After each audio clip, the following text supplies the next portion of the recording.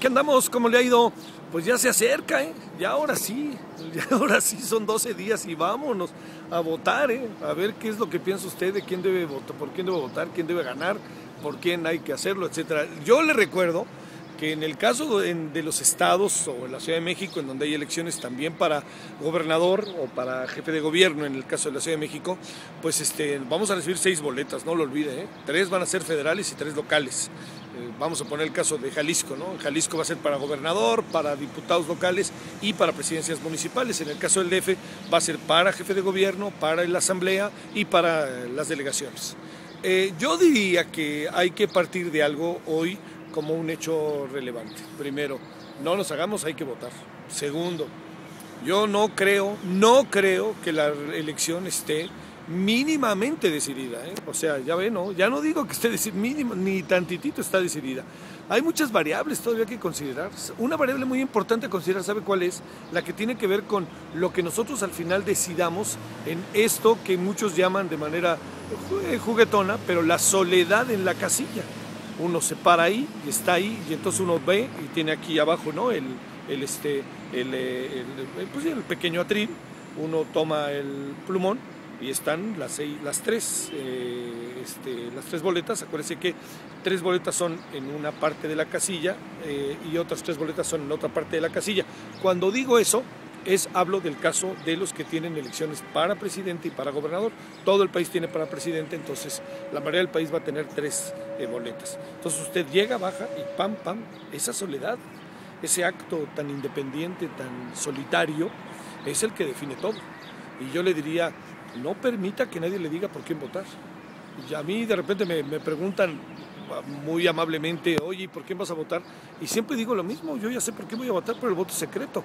Y cuando digo eso es porque creo que es importantísimo la autonomía, la independencia, la libertad del proceso de votación. Y ahí es donde yo creo que debemos de estar muy firmes. No debemos permitir absolutamente que se mueva nada respecto a la independencia al hacerlo. Yo creo que no está decidida la elección, a pesar de que las encuestas están están manteniendo, están siendo consistentes la mayoría de las encuestas de una ventaja de Peña Nieto, porque sigo pensando que la sociedad mexicana acabará diciendo lo que verdaderamente piensa el 1 de julio. Y no es que yo dude que lo que se haya dicho en las encuestas valga o no valga, sino más bien pienso que, insisto mucho en esto, son momentos casi fotográficos de lo que uno piensa. Es cierto, y no nos demos en este momento por sorprendidos, de que en caso de que la elección resulte más o menos como están marcando las encuestas, no le echemos la culpa a nadie, y yo creo que los que no están de acuerdo con el que va adelante deben de saber manifestar su crítica, su autocrítica y cómo están las cosas. Yo creo que tenemos que hacer valer también, no solamente nuestro voto, sino nuestras instituciones. Yo le diría, ¿de qué sirve no confiar en el IFE cuando le pagamos tanto de lo que le pagamos los ciudadanos? Cuesta tanto el IFE. El IFE cuesta porque es un IFE que tiene que ver con nosotros, que forma parte del proceso electoral y forma parte de las instituciones que organizan el proceso electoral. Entonces no podemos permitir que en el IFE haya grietas.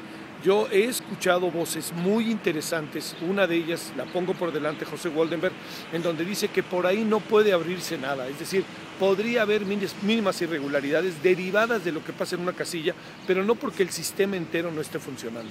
¿Esto qué nos da? Nos da la posibilidad de tener certidumbre en el resultado. ¿Qué es lo que no nos da?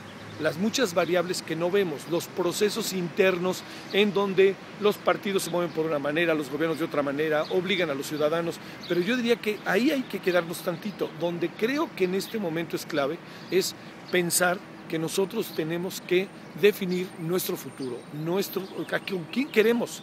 Yo me permití decirlo al final del debate, ¿quién queremos que nos gobierne los próximos 6 años? Eso es lo que tenemos que decidir y definir. Pero acuérdese también de otra cosa, no solamente va el proceso electoral presidencial, va el Congreso, y el Congreso es fundamental, porque el Congreso representa las voces de la sociedad. El presidente, la presidenta, quien gane, tendrá que representar las voces de la sociedad y gobernar para todos, incluso por todos aquellos que eventualmente hubieran votado en contra de él o de ella. Pero lo que sí es cierto es que el Congreso se convierte en el corazón, en el pulso de la sociedad, porque ahí es donde van a estar depositadas las diferentes visiones, las propuestas, las formas de gobierno que debemos de empezar a instrumentar debido a las muchas adversidades que tenemos. Déjeme plantear una cosa que a lo mejor ha pasado por alto. Hemos hablado mucho de las campañas, hemos hablado mucho de las encuestas, pero no se nos olvide una verdad lapidaria. El país tiene arriba de 50 millones de pobres. Quien gobierne, quien gane las elecciones, ese asunto es de los primeros que tendrá que atender. Digo, es el primero, pero tiene para que se pueda atacar el problema de la pobreza, se tienen que juntar otras variables y atacar ese problema de manera integral. Pero el primer problema, la primera gran adversidad, el primer gran asunto que quien llegue a Los Pinos debe de atacar es el de la pobreza y, por supuesto, ya sé que el de la seguridad, etcétera, pero la pobreza, no puede este país tener tanta adversidad con 50 millones de pobres o más.